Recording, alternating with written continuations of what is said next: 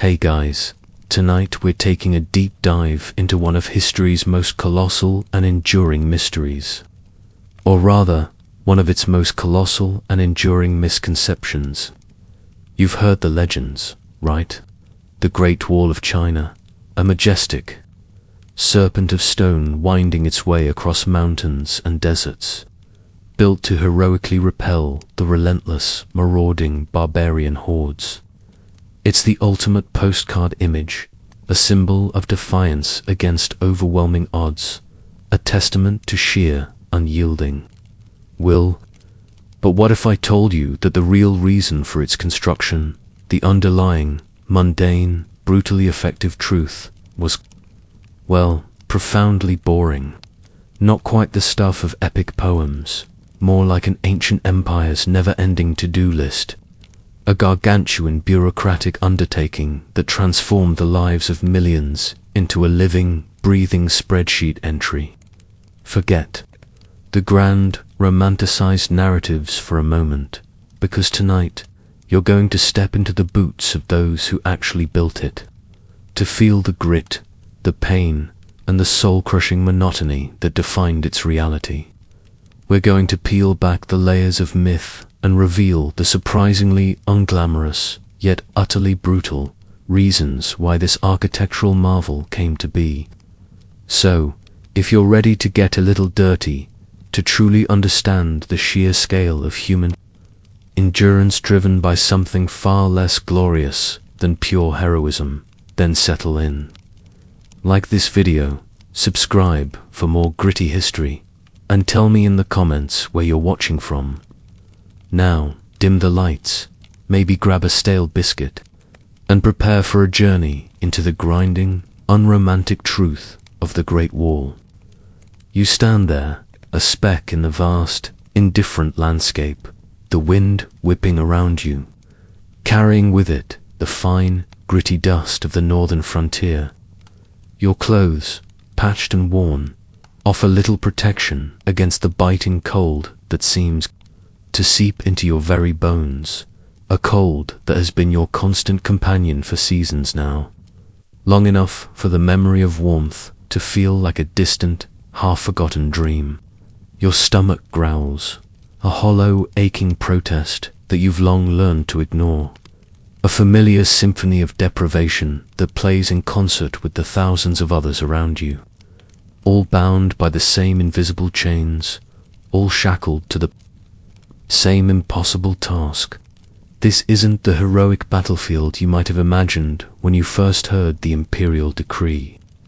No glorious charge against painted warriors, no valiant last stand.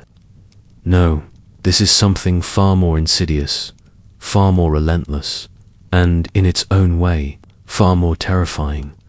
The sheer, unyielding grind of administrative necessity. You're not here to fight a war with steel and blood. You're here to enforce a ledger with stone and sweat. Think about it. Really think about it. You're living in a time when information travels at the speed of a weary horse. When communication is a scroll carried by a runner who might die of exposure or be robbed by bandits before reaching his destination. Your empire is vast, sprawling, across mountains and rivers, deserts and plains. A colossal beast of a nation with a population numbering in the tens of millions. Now, imagine you're the guy in charge, sitting in some opulent palace, hundreds of li away, poring over bamboo slips that represent tax revenues, census figures, grain yields, and, critically, the movement of people and goods. You're not just worried about a horde of cavalry smashing through a border. You're worried about something far more mundane, far more persistent, something that nibbles away at the edges of your carefully constructed order like 1,000 hungry mice. Uncontrolled movement. This isn't about stopping a full-scale invasion. Every Tuesday, though those threats were real enough, intermittently. No, this is about something more subtle, more pervasive. It's about the constant, irritating bleed of resources, the drain of people sneaking out to avoid taxes or military. Conscription, the flow of goods, often contraband, that bypasses imperial levies. It's about the difficulty of maintaining a clear, definable boundary for your subjects. A line that says, "This is our land, our people, our laws." Without that line, you have chaos, you have ambiguity, you have countless headaches.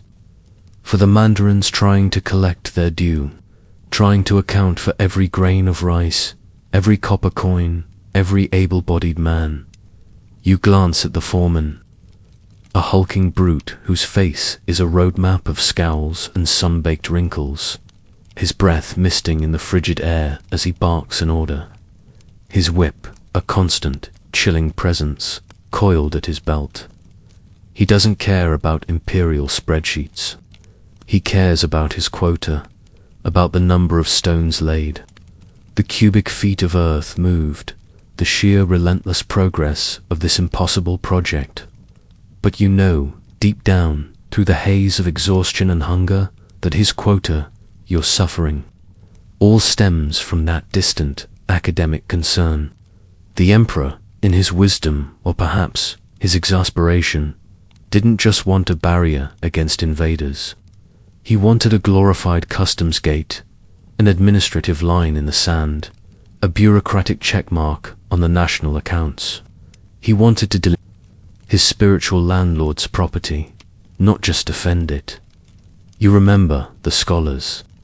Back in your village, before you were conscripted, they spoke of the mandate of heaven, of an emperor's sacred duty to maintain order, to ensure prosperity, to keep the cosmic balance. But out here, under the harsh glare of the northern sun, with the wind trying to rip the ragged cloth from your back, you see the mandate of heaven reduced to something far more earthy, far more prosaic. It's about control. It's about knowing who is where, doing what, and paying their damn taxes. It's about preventing the trickle of people from becoming a stream, and the stream from becoming a flood, all flowing away from the imperial coffers. Every single stone you heave, every shovelful of dirt you move, it's not just building a wall, it's building a ledger. It's fortifying an economic policy. It's physically manifesting a bureaucratic dream. You think of the trade routes that crisscross this desolate land, the ancient trails worn smooth by centuries of camel caravans and weary merchants. These were arteries, carrying wealth into the empire, but also 1,000 opportunities for circumvention. Imagine the sheer audacity of merchants trying to avoid a toll, slipping through an unguarded pass, their goods untaxed, their profits undeclared. From the perspective of the imperial treasury, this wasn't just petty theft. It was an erosion of state power, a betrayal of the carefully constructed fiscal framework. The wall, then, becomes a massive physical choke point, a funnel designed to channel all legitimate trade through designated gates where it could be taxed, inspected, and controlled. It was a glorified border patrol station, stretched for thousands of leagues. Each watchtower isn't just a lookout for raiders, it's a surveillance post, monitoring every flicker of movement, every unauthorized crossing. It's an enforcement mechanism for tariffs and trade regulations. A colossal piece of infrastructure designed to bring order to an otherwise porous and chaotic frontier. And what about the people? Your own people, those who, like you, were technically subjects of the Son of Heaven. They weren't always enthusiastic participants in the grand imperial project. There were farmers looking for better land beyond the frontier, disillusioned commoners seeking to escape the crushing burden of taxation and conscription, even rebels and dissidents trying to vanish into the vastness of the northern steppes. A wall, then, becomes an internal control mechanism as much as an external defense. It seals in your own population, making it harder for them to flee imperial control. harder for them to evade their duties, harder for them to become a source of instability beyond the imperial grasp.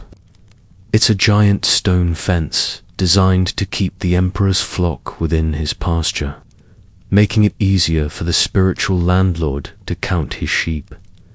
The sheer scale of this spreadsheet dream is what truly boggles the mind, even as it breaks. You're back. You're not just building a small fortification.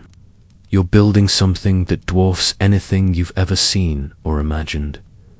This isn't just about a strategic bottleneck. It's about a continuous, unbroken line of control. The very idea that such an immense undertaking was driven by something as seemingly unheroic as administrative efficiency is mind-numbing. Yet, here you are, heaving another stone, your muscles screaming in protest, your mind a blank slate of exhaustion, while the emperor's distant scribes tally up the cost, the manpower, the resources, all neatly filed away on their bamboo slips, each entry representing countless hours of agony and toil, a monument to the relentless pursuit of order in a chaotic world. You watch the sun begin its slow descent, painting the sky in hues of orange and purple that seem impossibly beautiful against the brutal reality of your existence. The air grows colder still, carrying the distant scent of cooking fires, a promise of a meager, watery gruel that will barely quell the hunger pangs. You think of home, of the tiny village you left behind, the faces of your family now blurry in your memory, replaced by the endless stretch of this barren land, by the unyielding presence of the wall itself, growing brick by agonizing brick. This wall, this monument to a bureaucrat's obsession with order, will stand for centuries, a silent testament to the countless lives sacrificed not for glory, but for the most fundamentally unglamorous of reasons: control, accounting, and the emperor's unending desire to make his vast empire just a little bit more manageable, a little bit more predictable, a little bit more neatly itemized on his imperial spreadsheet. And you are but a single forgettable data point in that colossal calculation.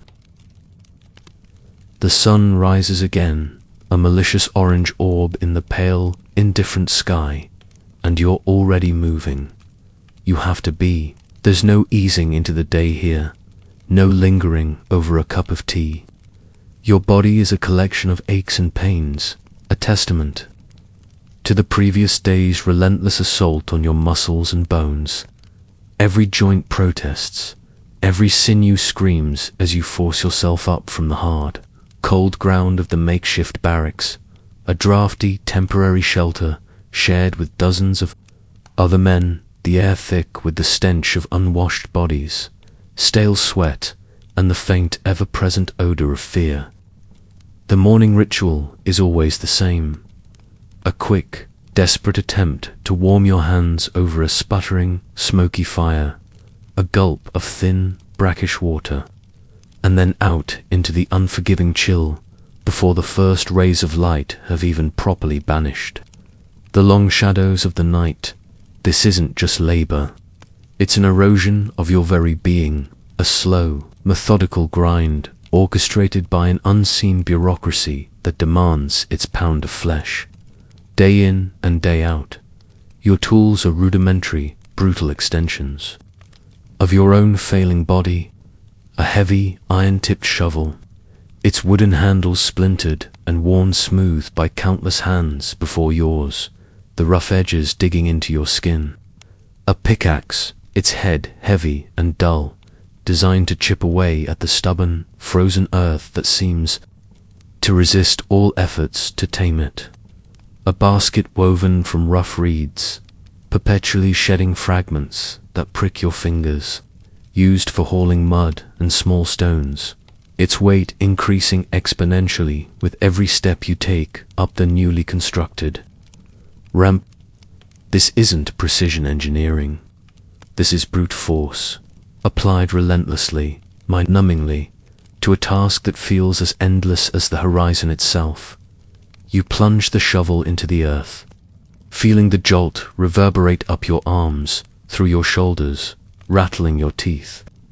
The soil here is a stubborn mix of clay, sand, and jagged pebbles, often frozen solid in the colder months, making every scoop a monumental effort.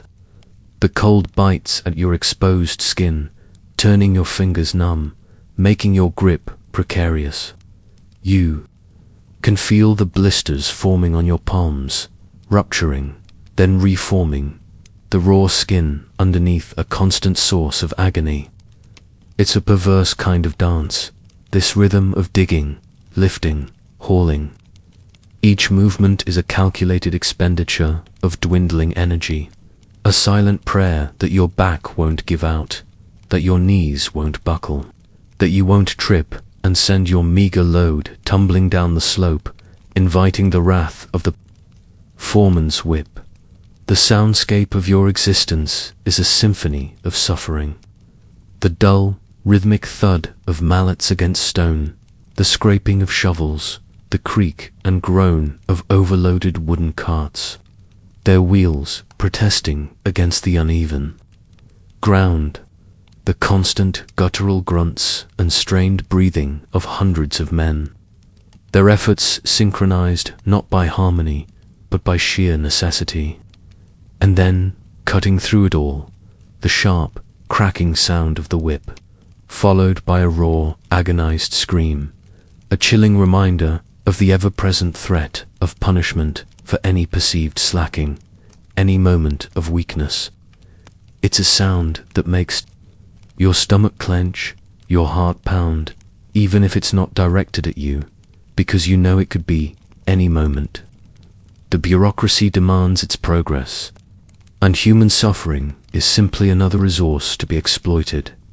Your senses are overwhelmed by the reality of this existence, the pervasive smell of damp earth, of human sweat, of fear, of stale food, of smoke from distant fires, and the acrid, metallic tang of blood that seems to cling to everything. The taste of dust in your mouth, a constant companion, mingling with the bitter taste of exhaustion and despair. The sight of the endless line of men, ant-like figures toiling on the distant ridges, stretching as far as the eye can see, each one a mirror of your own misery. The sheer overwhelming scale of the project is both awe-inspiring and soul-crushing. You are but one cog in an impossibly vast machine, a disposable unit of labor in a bureaucratic equation designed for maximum output, regardless of the human cost. You remember the first day you arrived, the journey here a blur of forced marches and meager rations. You were just a farmer, a simple man with a family and a small plot of land. The imperial conscription order had torn you from your home, from everything you knew, and deposited you here, at the edge of the world, to contribute to this monumental act of administrative will. You didn't understand then, and frankly, you still don't fully grasp the sheer unyielding force that drives this project. It's not about glory. It's not about defending a specific city. It's about building a physical manifestation of an abstract concept, the defined, controlled border of an empire. Every stone you lay, every meter of earth you compact, is a pixel in the emperor's grand administrative picture. The supervisors, the foremen, the scribes who occasionally visit from the district towns, they are the immediate face of this bureaucracy. They don't care about your pain, your hunger, your family. They care about the charts, the quotas, the daily tallies of progress, their performance reviews.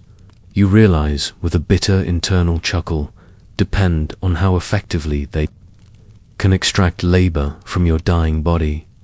And so, they push, they drive, they use the whip, the threat of starvation, the promise of further punishment, anything to keep the endless line of workers moving.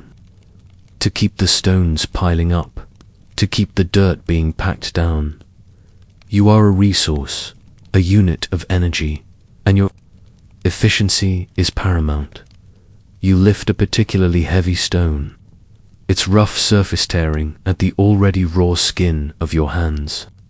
It's cold, impossibly heavy, a dead weight that seems determined to drag you down. Your breath hitches, a ragged gasp that catches in your throat. You feel a searing pain shoot up your spine, a familiar agony that has become a constant companion. Your legs tremble, threatening to give way. But you can't stop. You can't drop it. The foreman's eyes are everywhere, his presence a dark cloud hovering over the worksite. You force yourself to take another step, then another, the stone pressing into your chest, almost suffocating you. Your vision blurs at the edges, the world narrowing to this single, agonizing task. This isn't just a stone. It's a piece of your life force, extracted by imperial decree, transmuted into mortar and rock. And for what?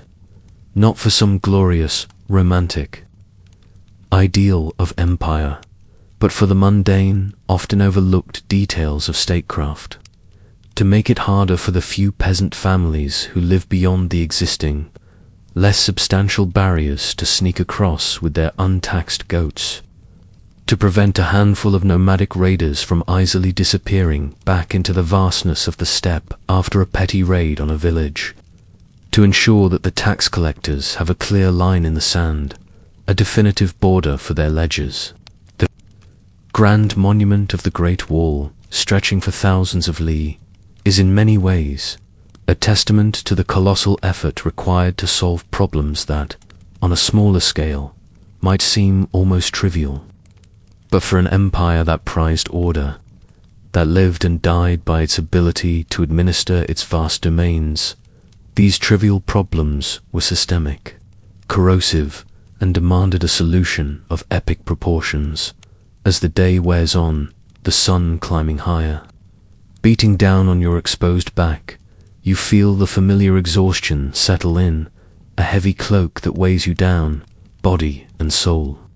Your movements become more sluggish, your thoughts more muddled. But the work doesn't stop. The quotas don't relent. The foreman's whip is just as ready. You look at the growing mass of stone and earth, the wall slowly, inexorably stretching. Across the landscape, a monument to a bureaucracy's relentless will. You are part of it, a living, breathing component of this incomprehensibly massive project. And as you feel the familiar ache deep within your bones, you realize that the most boring reason for the wall, the sheer grinding, administrative necessity of it all, is also the most brutal, because it's precisely that lack of grand, inspiring purpose that makes your suffering feel so utterly, profoundly meaningless. You are bleeding for a ledger, sweating for a spreadsheet, and dying for a line on a map. The cold, hard ground beneath your threadbare mat offers no comfort, even as the last vestiges of daylight fade, leaving you in the oppressive darkness of the barracks. Sleep, when it comes, is a fitful, shallow thing, plagued by the ghost of the foreman's whip and the incessant ache in every fibre of your being. You toss and turn, your mind refusing to quiet, replaying the day's brutal monotony, the crushing weight of the stones, the burning in your lungs from the dust-laden air. But beyond the physical torment, there's another kind of burden that presses down on you, a silent, psychological toll that chips away at your spirit with every passing sunrise. This isn't just about the body, it's about the erosion of the soul, the slow, agonizing death of hope, all in service of a distant emperor's need for control.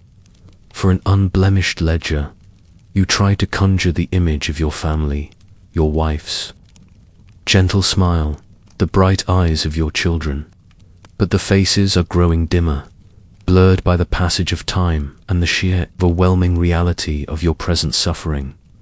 How long has it been? A year? 2? Time here is measured not by seasons, but by the endless cycle of dawn and dusk, by the relentless progress of the wall, by the dwindling hope of ever returning home. You sent a message once, a small scrap of cloth tied to the leg of a returning merchant, begging for news, for reassurance. You never heard back. The silence is a crushing weight, heavier than any stone you've lifted. Did it reach them? Are they? Well, or are they, too, just statistics in a different column of the imperial spreadsheet, struggling to survive without your labor, without your presence? This wall, this monument to control, has ripped apart families, severed connections, and replaced the warmth of kinship with the cold, isolating embrace of forced labor.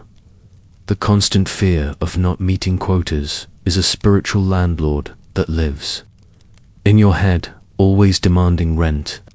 You see it in the eyes of your fellow workers, the hollow, haunted gaze, the quick, furtive glances at the foreman, the desperate, almost frantic pace they try to maintain, even as their bodies betray them. You've seen men collapse, their bodies racked with fever or simply giving out from sheer exhaustion. And what happens then? There's no soft bed, no gentle nurse. There's a harsh diagnosis, perhaps a crude remedy if you're lucky, but more often, just a kick and an order to get back to work.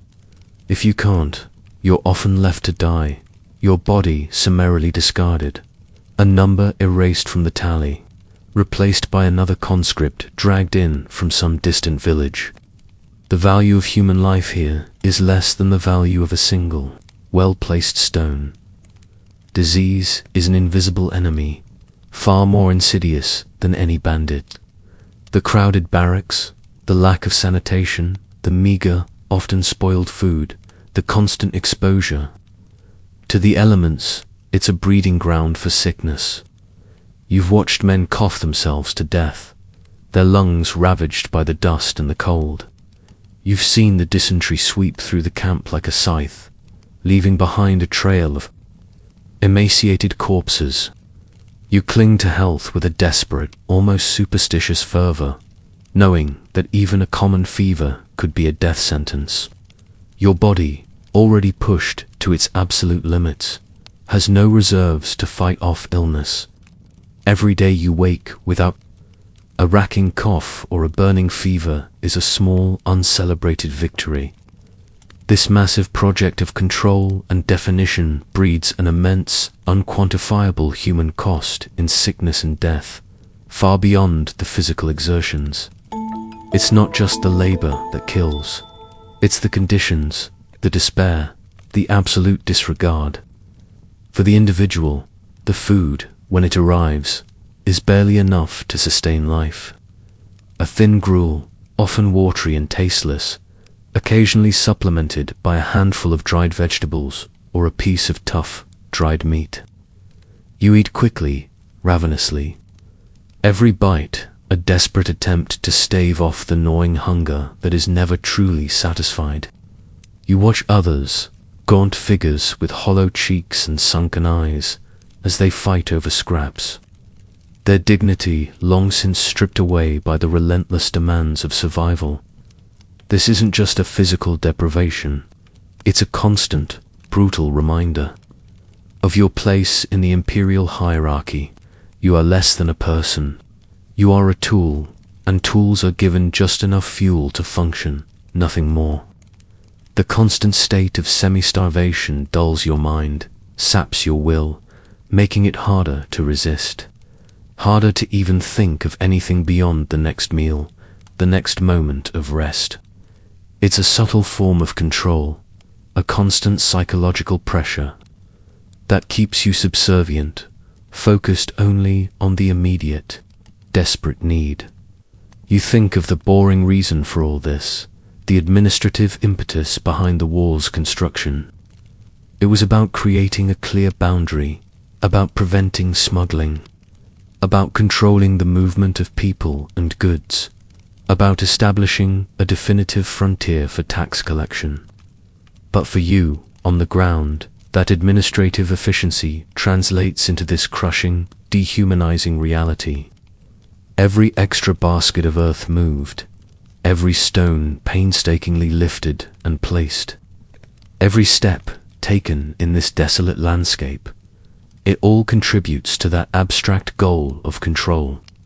And that control extends not just to the border, but to your very life, your body, your spirit. You are being controlled, managed, and exploited in the service of an empire's desire for order. A desire so strong it's willing to sacrifice countless lives for it. The psychological toll is immense.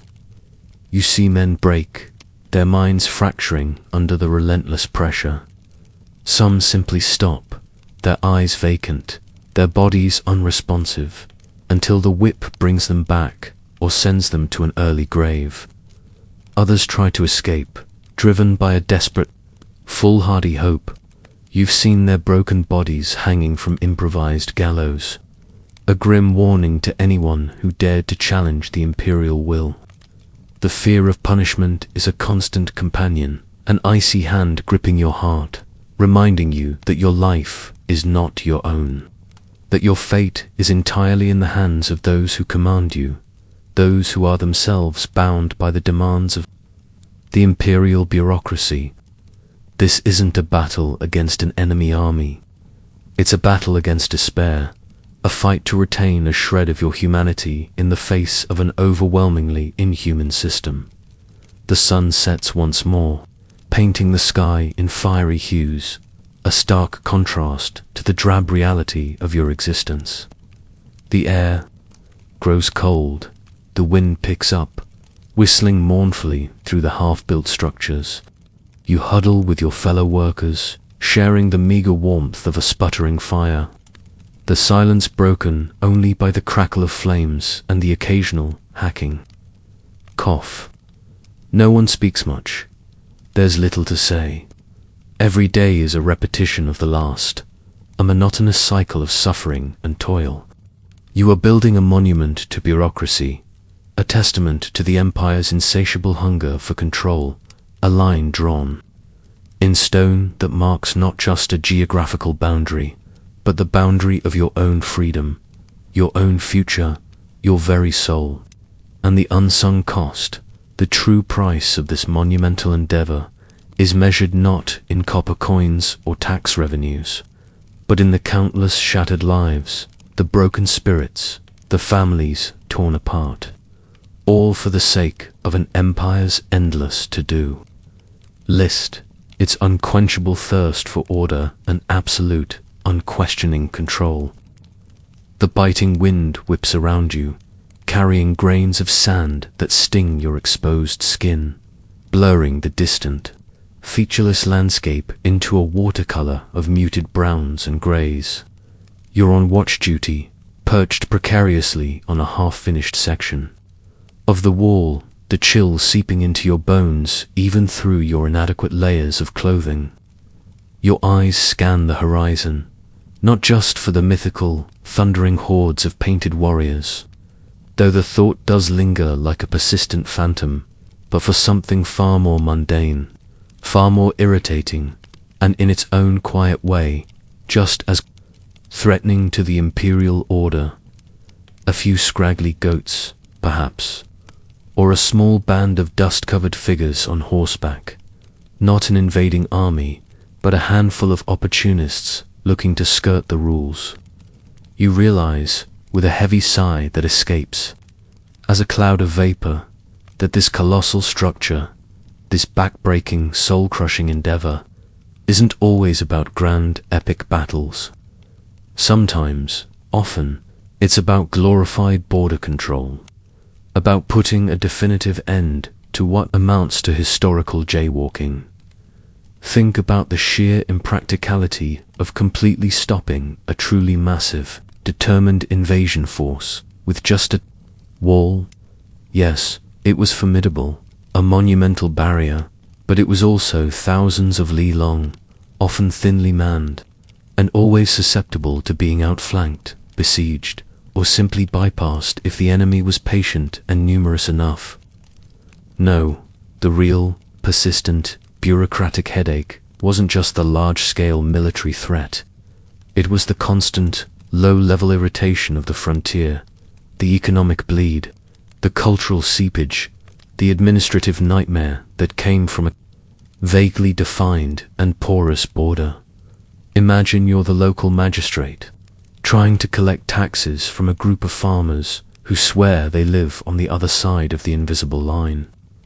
Or a merchant complaining that his goods were stolen by a group of barbarians who then vanished into the vastness of the steppe, leaving no trace.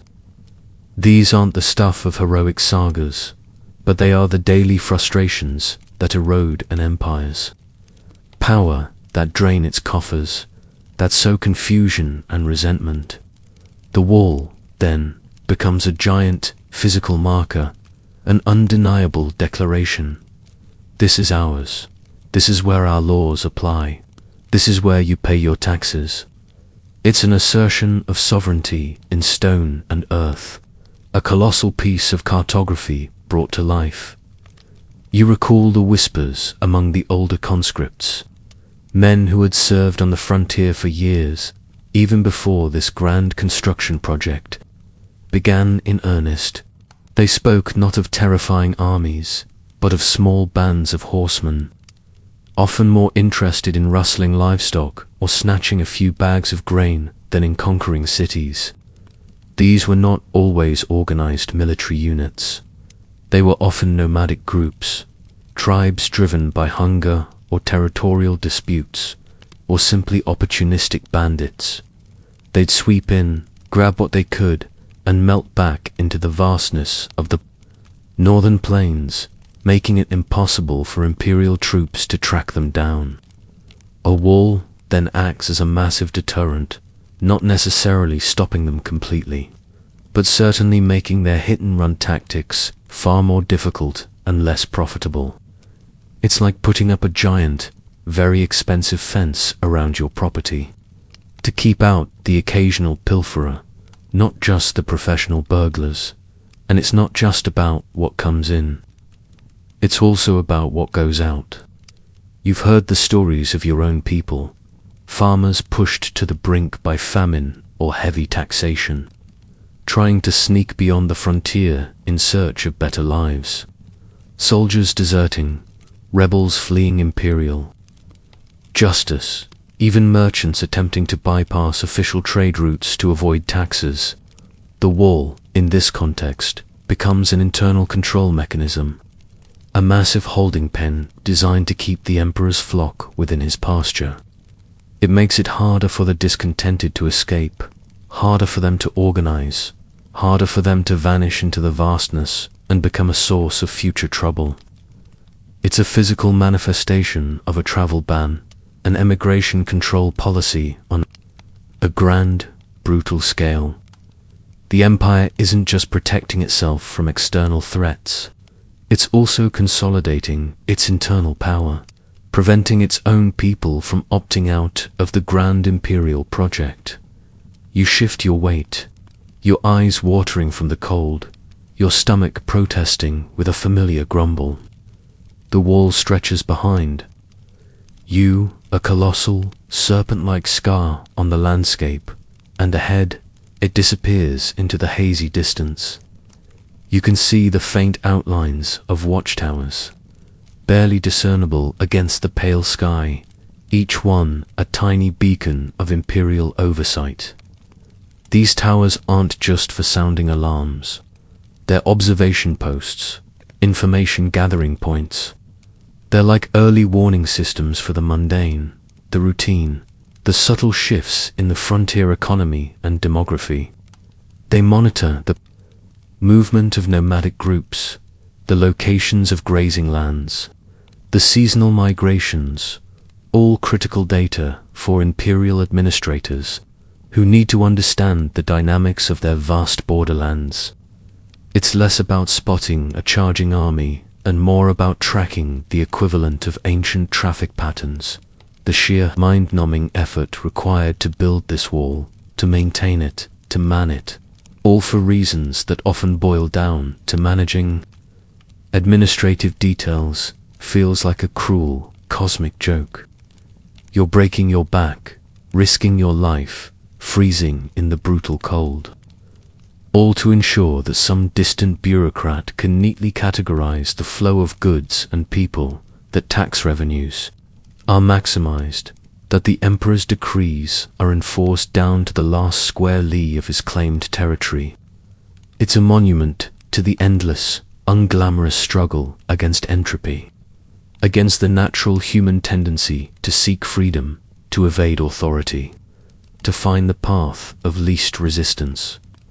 You think of the times when genuine threats did materialize, when nomadic armies did mass on the horizon, their banners fluttering ominously in the wind.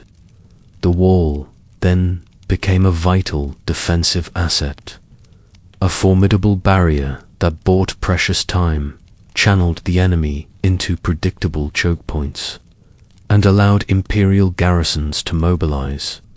But those dramatic, heroic moments were often the exception, not the rule.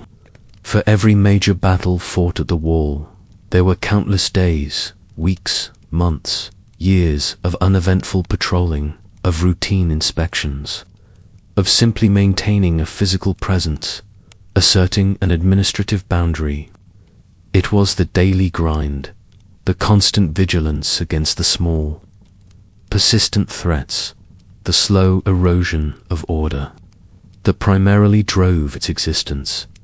And this constant vigilance, this relentless pursuit of order, required an immense human cost. You're living proof of it. Your life has been irrevocably altered, perhaps forever shattered, by this bureaucratic imperative. Your body is a wreck, your spirit is weary, and your mind is clouded by the endless monotony and the gnawing anxiety. You are not a hero defending your homeland. You are a cog in a vast administrative machine, a living barrier against illicit trade and untaxed livestock, a forced participant in a massive exercise in population control. As the last vestiges of daylight fade and the stars begin to prick the inky blackness of the sky, you shiver, pulling your threadbare cloak tighter around you. The cold here is absolute, unforgiving. You peer into the gloom, straining to see any flicker of movement, any sign of something, anything that might justify the colossal sacrifice this wall demands.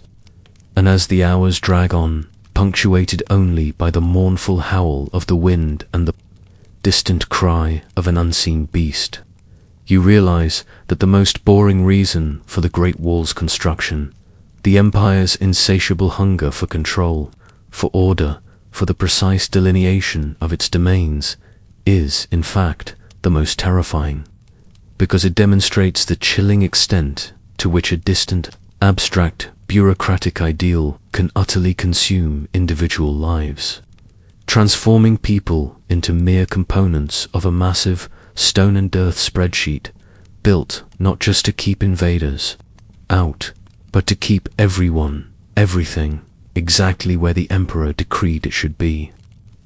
The sun is barely a pale smear on the horizon, yet the camp is already a hive of tormented activity.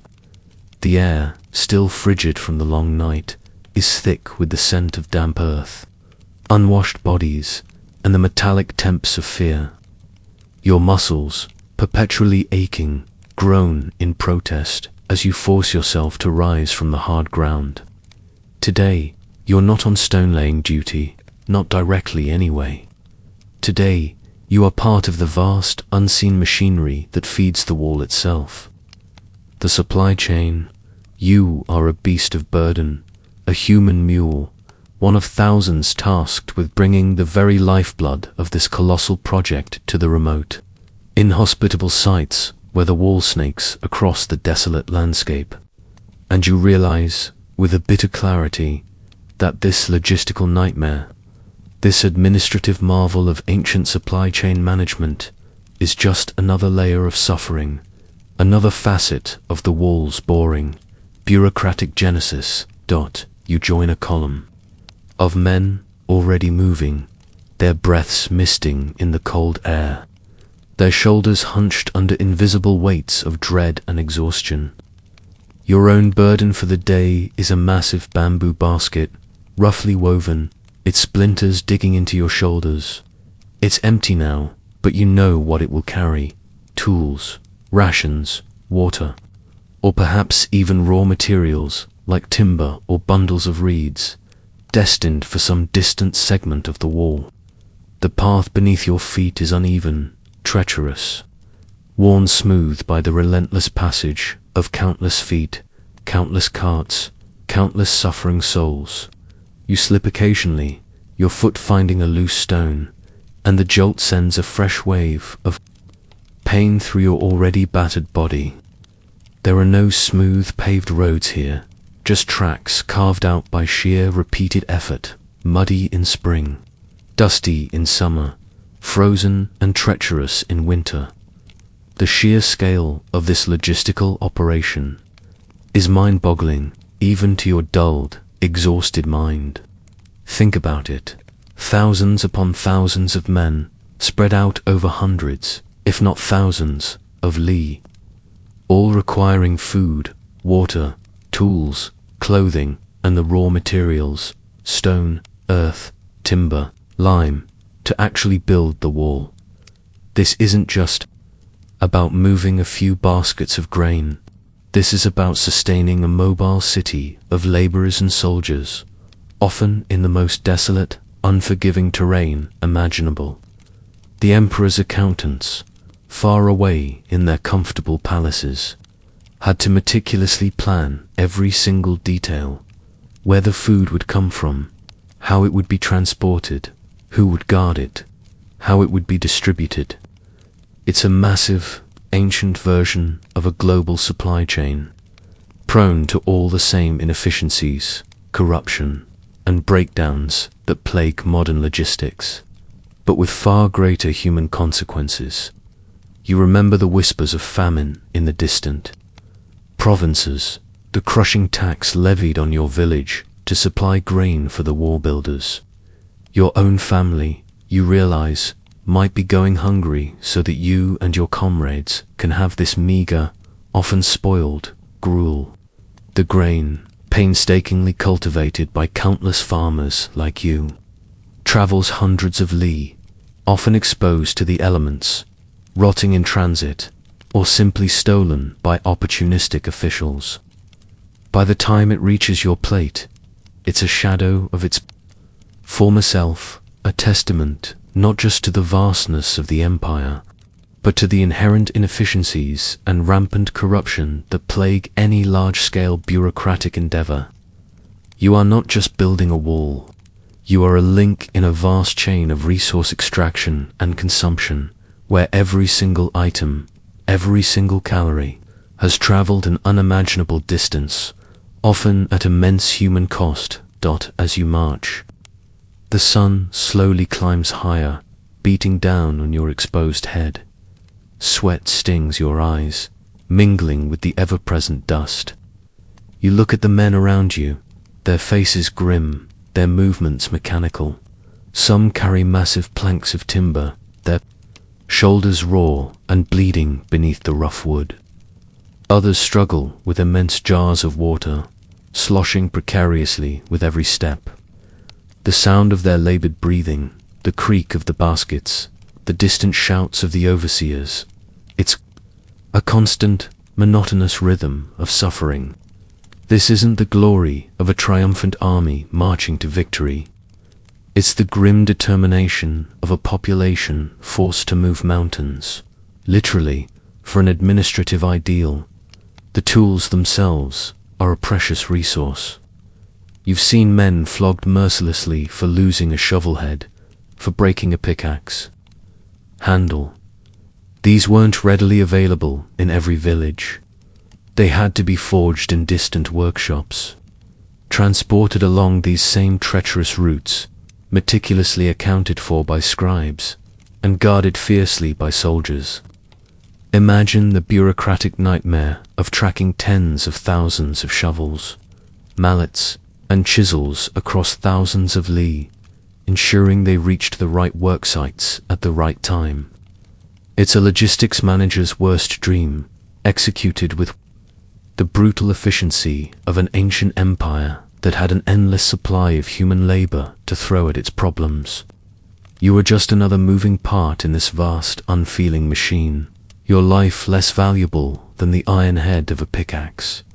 You finally reach the designated drop-off point, a temporary storage area bustling with activity. The air here is thick, with dust and the clamor of men and beasts. You unload your empty basket, feeling the brief, exquisite relief of shed weight, only to be immediately directed to another pile of supplies. Today, it's large, rough-hewn stones, each one requiring the combined effort of several men to lift and load onto waiting carts. Your hands, already raw, scream in protest as the jagged edges of the stone bite into your skin. This isn't a single, heroic act of construction. It's an endless series of small, agonizing tasks, all linked together by the invisible threads of imperial bureaucracy. Every single stone, every single tool, every single ration of food has its own journey, its own story of transport and suffering before it ultimately contributes to the wall. And what about the waste, the corruption, the sheer inefficiency that riddles this colossal operation? You've heard the stories, whispers in the dark barracks, officials siphoning off grain, selling supplies on the black market, demanding bribes for better rations or lighter duties. The empire, in its vastness, creates fertile ground for such abuses. The distant emperor might decree a perfect, efficient supply chain, but on the ground, that chain is riddled with greedy hands, broken links, and the endless suffering of the common man caught in the middle. Your meager rations are often even more meager because some official further up the chain decided his own pockets needed lining. Your tools are often dull or broken because someone sold off the good ones. This monumental administrative project, intended to bring order and control, inadvertently creates its own chaotic ecosystem of exploitation and suffering. As the day wears on, you become an automaton, your movements fluid with exhaustion, your mind a blank slate of numb endurance. You are just another link in the chain, moving, lifting, carrying, delivering. The sun begins its slow descent, painting the sky in fiery hues that mock the bleakness of your existence. You look back at the trail you've traversed, a faint line stretching across the vast, desolate landscape, littered with discarded tools, the occasional forgotten bundle, and perhaps the shallow grave of a man who collapsed under his burden. This trail, the very arteries of the wall's construction, is also a testament to the immense, unquantifiable human suffering that went into building this monument to bureaucracy. You realize, with a chilling certainty, that the true genius of the Great Wall, and its most terrifying aspect, lies not just in its architectural scale, but in the sheer administrative will required to sustain its construction over generations. It's a testament to the empire's capacity to organize, to extract resources, to manage logistics on an unprecedented scale, all to achieve a goal that, on paper, was as mundane as defining a border or regulating trade. You are not a warrior, not a hero. You are a human component in the empire's vast, relentless supply chain, a conduit of suffering, delivering the very building blocks of a monument to an emperor's unending desire for control, for order, for the precise, unwavering execution of his grand, boring spreadsheet dream. And as you feel the familiar ache in your bones and the gnawing hunger in your gut, you know that this brutal supply chain, this unseen engine of suffering, will continue to grind on long after you are gone, fueling the endless construction of the empire's ultimate bureaucratic achievement. The wall stretches before you, an impossible ribbon of stone and earth, weaving its way across the rugged contours of the land, disappearing into the hazy distance as if it were a natural extension of the mountains themselves. You've been here for years now, an eternity measured not by the turning of seasons, but by the relentless rhythm of the wall's growth, by the countless stones you've heaved, the endless pits you've dug, the comrades you've watched fall. Your face is a roadmap of sun-baked wrinkles, your hands gnarled and scarred, your spirit worn thin by the relentless demands of this monumental task. And as you gaze upon this colossal achievement, you realize that its true nature isn't just a single, heroic construction project, but a continuous, generations-long testament to an empire's unyielding obsession with an administrative task that simply never ended, a perpetual, colossal item on an imperial to-do list, passed down from emperor to emperor, from minister to minister, for centuries.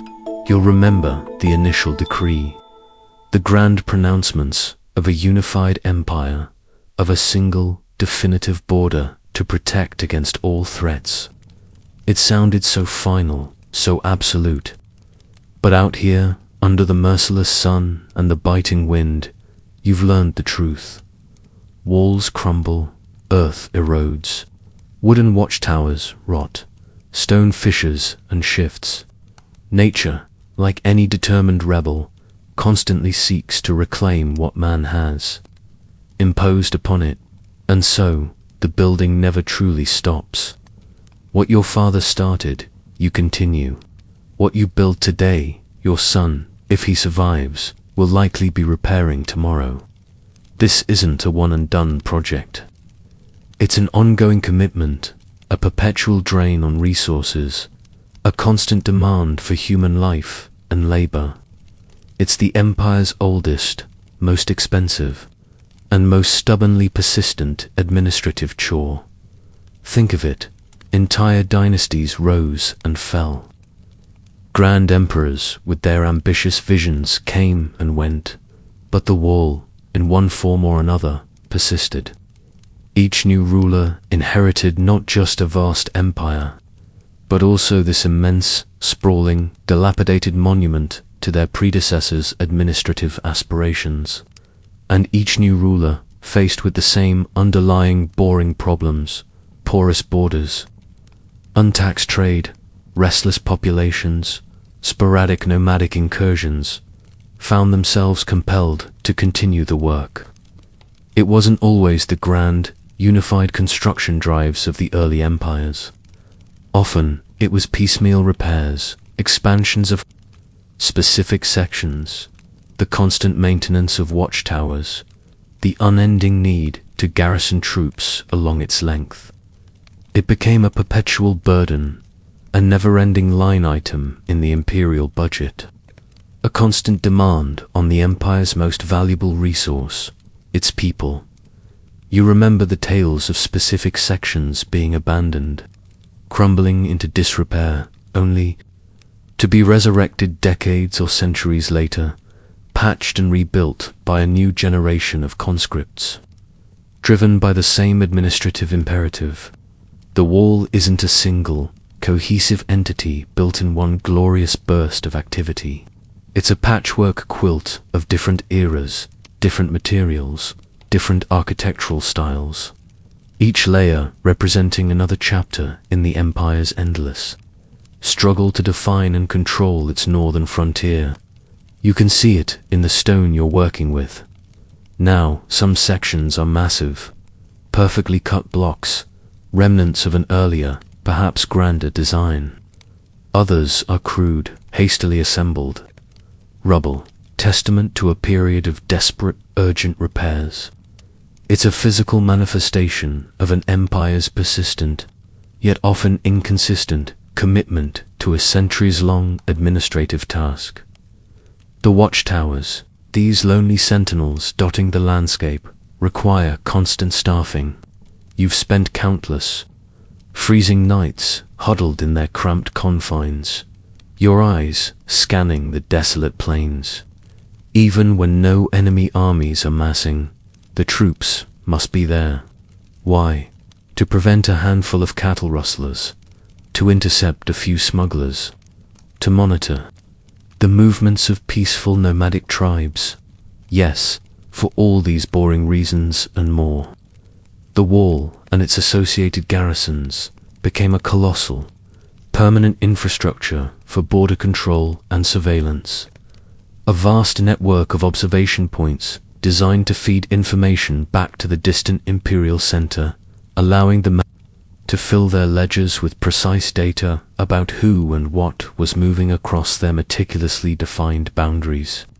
It's the ultimate bureaucratic apparatus, spread out over thousands of leagues, manned by men like you, whose lives are consumed by the sheer, yielding demand for administrative oversight. You look at your hands, calloused and scarred, the permanent grime of earth and stone embedded deep beneath your fingernails. Your body is failing, ravaged by years of labor, hunger, and exposure. You know, with a chilling certainty, that you will likely die here. Your bones contributing to the very earth you've moved, your life force absorbed by the wall itself. Your name will not be remembered. Your sacrifice will not be celebrated. In epic poems, you are just another statistic, a forgotten line in an empire's ancient personnel files, a disposable unit of labor in its endless quest for administrative perfection. This monumental structure, so awe-inspiring in its scale, is also a tombstone for countless anonymous lives, a silent testament to the empire's ruthless pursuit of order, no matter the human cost. As the final rays of the setting sun paint the sky in fiery hues, you lean against a newly laid section of the wall, feeling the cold, hard stone against your weary back. The wind whispers across the plains, a mournful lament that seems to carry the echoes of generations of suffering. The wall is not merely a defense against barbarians. It is a monument to an empire's unyielding desire for control, a physical manifestation of an administrative ideal that transcended individual reigns and dynasties. It is a constant reminder that even the most boring of reasons, the need for clear borders, for controlled trade, for managed populations, for precise ledgers, can drive the most colossal, the most brutal, and the most enduring of human endeavors. You are a part of that legacy, a living, breathing component of an empire's never-ending to-do list. And as the darkness descends, swallowing the vast landscape and the wall along with it, you know that somewhere in a distant palace, a scribe is still tallying, an emperor is still pondering the vastness of his domain, and the wall, in all its brutal, monotonous glory, will continue to demand its toll, a perpetual monument to the most profoundly unheroic, yet utterly devastating, reason for its existence. It stands, not just as a barrier, but as a colossal, enduring symbol of administrative persistence, a granitandeth declaration that an empire's thirst for control is truly, relentlessly eternal.